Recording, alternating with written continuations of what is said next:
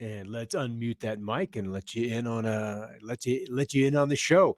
I'm dealing with allergies today, guys. So I've got a little wipey in case I need a little help getting through this.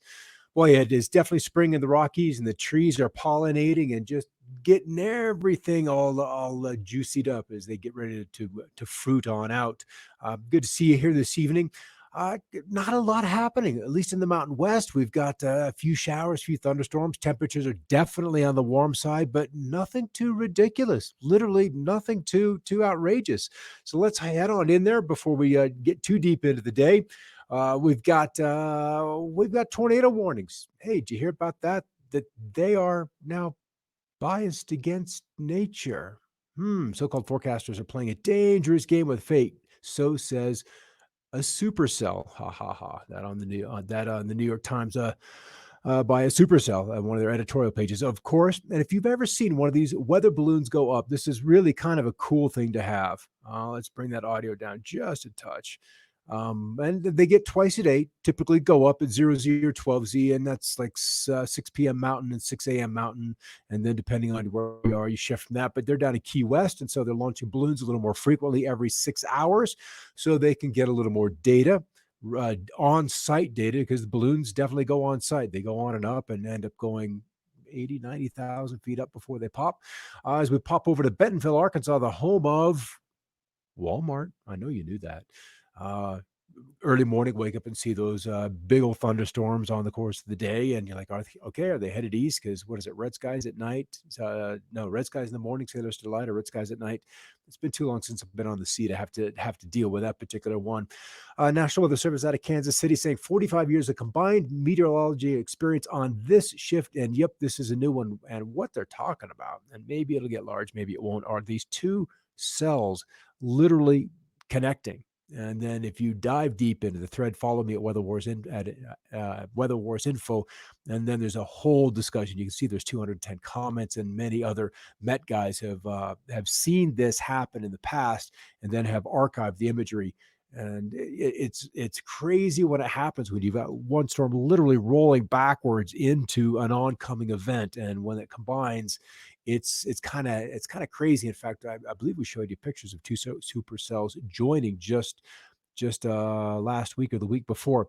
This is nuts. This was in Norway, and it's a landslide, and this whole area was glacial clay. And as the salt eventually gets leached out of the soils, then the clay becomes unstable. It becomes slippery once again, and we have these slides. And it does happen on the spring melt. There was a large one, I believe, back in 81, in April of 81, where they had a much larger landmass. Again, the land got desalinated, just rain and snow, and then it slipped. It gave way. The adhesion to the mainland gave way, and then off into the land we go. So this is known to happen in Norway. But nevertheless, it's a little scary to see a portion of your neighborhood, if that's your neighborhood. Otherwise, you're on YouTube watching it, and that's okay. Just kind of slip on out into the sea, and then it's kind of like the wave. The tidal wave goes out, the water's displaced, and then it has to come back. It literally has to come back. So this video runs about 2 minutes, and at the end of the tweet, there is imagery where you can actually see what's crazy. It makes me scroll all the way back down here to grab this, the breakaway, how clean that break was in time, and the rest of the debris, the rest of the manufactured articles gone out to sea, bottom of the bay. And it's not a clean coastline, but nevertheless, it's not too bad. And this guy swam back to shore and reunited with his family. So that's the good news.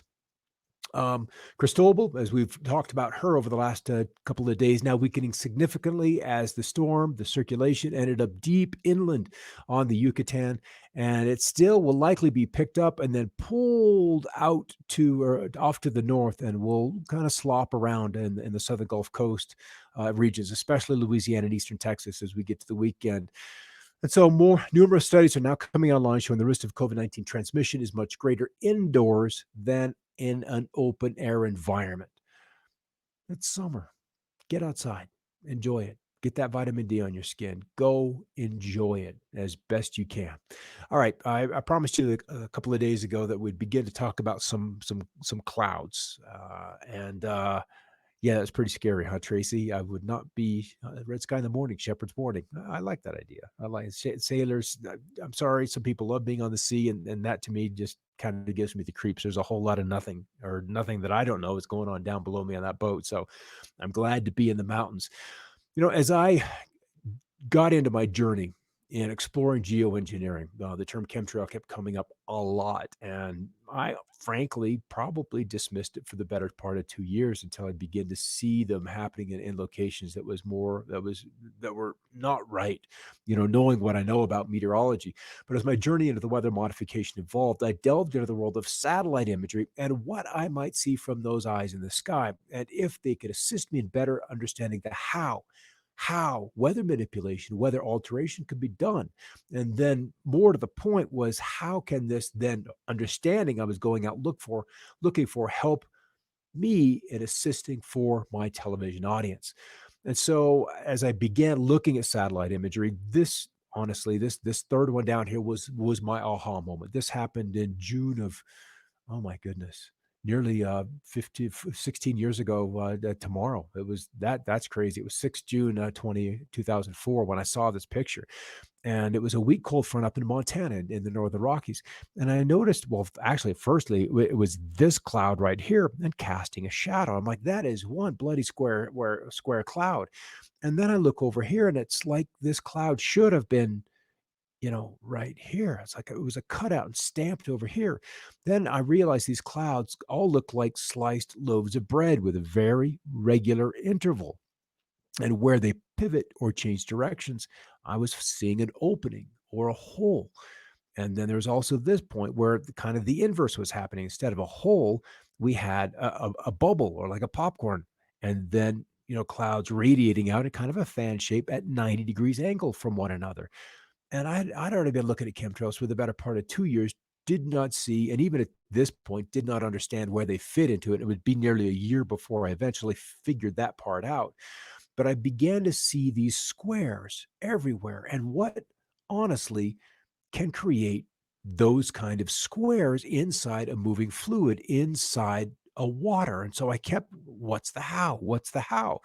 Another anomaly, because that's the best thing I could call it, an anomaly. If you can't explain what it is, were holes, literally holes like donut holes sitting in the clouds, and then they would spin and roll off in a direction. Sometimes they wouldn't spin; they would just manifest in sight and then disappear. And something else that caught my attention were like tracks, rippled railroad tracks. And I believe there's one more shot right here. This also happened, just within a day or two of me having my aha moment where I'm like, oh man, what am I doing in front of a television screen trying to forecast the weather to people? I don't know what's going on. And if I'm seeing these kind of patterns in the sky, nobody else that pretends they're forecasting weather knows either. They're clueless because there's this other force. There's this other agenda that's happening in the sky, and we look at it and see it as odd or unusual clouds. And that's the extent of our intellectual curiosity goes. But I had to go to satellite imagery and I mean, look at these tracks. I mean, they're just way, way, way too organized to be vapor in a free flowing atmosphere driven by thermals or driven by orographics, because this is over the mountains as it transitions into the plains of Montana. These shapes simply cannot happen. And then how do you forecast? How is that even possible to forecast? I'm just checking to see who's on over here. Hey, Vicky, it does look weird. Oh my goodness. We're just getting going, and we'll probably do 4 or 5 pictures a day over the next little while, just to kind of begin to educate you and show you what I've been looking at for 2 decades. There's the heat. It is decidedly a place in those places that, as we approach the official part of summer, uh, should be hot. And indeed, they are. The exceptions being Florida, where we're just in the 70s, and we all know why you would be cool in the summertime, and that would be clouds and rain. So we'll run this animation. You can see the showers and thunderstorms rolling over Florida, and then the more important one. Well, I can't say that. The larger ones popping over the high plains with the risk of severe weather, greatest today right across South Dakota. And in fact, I didn't get to that. There was a nice little hailstorm that showed up over Sturgis. We had somebody that shared some video of that today. Out of these storms that have just literally within the last hour that has happened. And these are places that are kind of dry. So these rains are welcome and you can see them on the satellite or the radar imagery. We'll throw that into animation and watch those babies march off. And if we want to come on in, let's zoom on in here because I want to talk about, now let's come back. I want to talk about what the Kansas City Weather Service was seeing, and that was one set of storms moving into another. And look at this. We've got this guy right here and this one here moving in completely different directions. How does that happen? And if in their 45 years of experience hadn't seen it before, maybe now they'll see that it truly is more common than what they perceived. And so we're going to come back to vibrations and resonances in the sky that water gets attached to. And that becomes the primary driver of the weather. And it still is clueless. The weather guys, they may know something's up, but it's climate change. They don't know that it can be technology. And that will come as a revelation and kind of an earth-changing revelation because I mean I've gone through it. So there's the bigger rains back in Pennsylvania and south of the Mason-Dixon line and back into the Ohio Valley. It's likely to continue through a good chunk of the night. Drought conditions out west still intensifying some areas. We had some relieving rains, but not enough to take the dryness out of the creeks, the stream beds, and the soils out west, and then some good thunderstorms in Texas. It's June, it's summer, it's windy, it's hot. The crops are at their greatest need for available moisture in the soils, and so we really have to keep replenishing it, and that's why repeated rains and a lot of rain in a very short amount of time ultimately becomes rather important. So the risk of storms today, we're seeing that right now through the Virginias, the Maryland area. The risk of threat of severe, not so great tomorrow, but a lot of places seeing, the risk of showers and then snows at higher elevation on the northern part of the Cascades. And look at that. Even as we move towards Sunday night, widespread risk of higher elevation snows. Good to see you over there, Mark. I remember those were way back almost 25 years ago, New York Times when I was over at WRGB when I knew you. Um, and so this is ultimately what we're going to talk about because this is going to impact farmers and probably play into the climate change narrative, not the warming one, but the cooling one. All right, next imagery.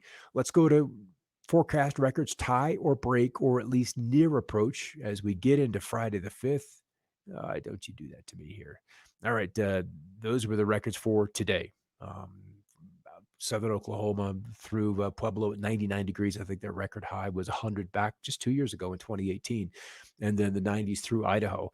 And that's kind of hot. And then not so much. Well, definitely two. There should be some on Friday, but then as we get to the 8th and 9th, a lot more heat down into Texas. But it's the cool where we see record low highs. This guy is not behaving very well. But as we get to Saturday, Sunday, and Monday, likely to see some. Yeah, that's not helping at all. Let's just scoot right onto the forecast. So what I wanted to do is the jet stream. We've got our zonal flow running from west to east along the northern border, and that's fairly good. But what we're seeing is another deep storm digging into the west, another deep storm driving into the northeastern states, and in between, what else can there be but heat? It's June, it's mid-June. We're going to see that heat. So this storm, after it comes on through, it leaves some pretty chilly air.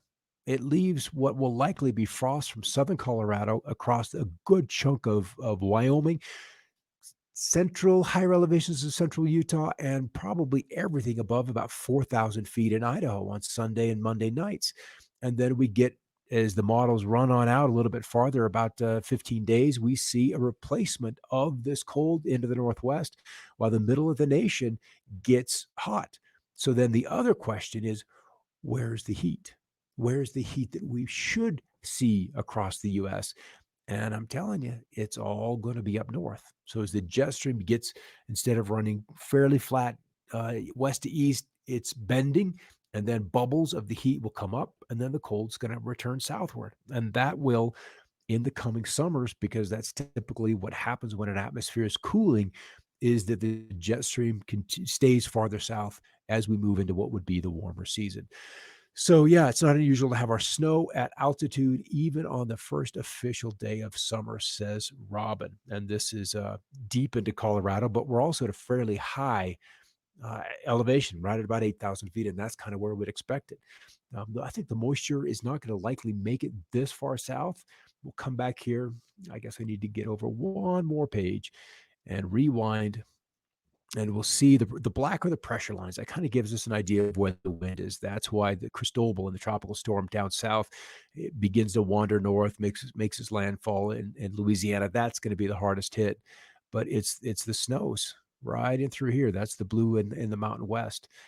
We don't get that far south where I am. The snow doesn't, but the cold and the dry air most definitely will. So that's going to be something we're going to have to look out for as we continue through the weekend and probably into next week. And I think in the years ahead, we're going to have to be concerned about how and where we grow, what crops we grow, where we choose to, where the USDA zones, do we end up realigning those as the solar output begins to kind of wane? A few watts one year, another few watts per square meter, it adds up over the whole surface area of the planet. And I think 2, 3 years, it's going to be apparent that we do have a climate crisis, probably just not the one we're looking at. And we'll lay out the evidence and the examples of that coming. And in fact, on my show, Another Perspective, that we run at least on Wednesdays, we've got our first guest will be talking about that subject specifically and what we can do as a civilization, because that's the only way we're going to be able to do this. We can do what we can as individuals, but it's like fish in a glass bowl. If your master who owns the fish bowl has left you in the sun and you're baking out, or left you in the cold and it's too cold, then you've got problems. And this is something, these are agendas and issues that we're going to have to deal with as a civilization, not even as a nation, but as a total and complete civilization. So absolutely some unifying experiences are coming ahead of us. Will it kill the mosquitoes, Vicky? I wish I could say yes.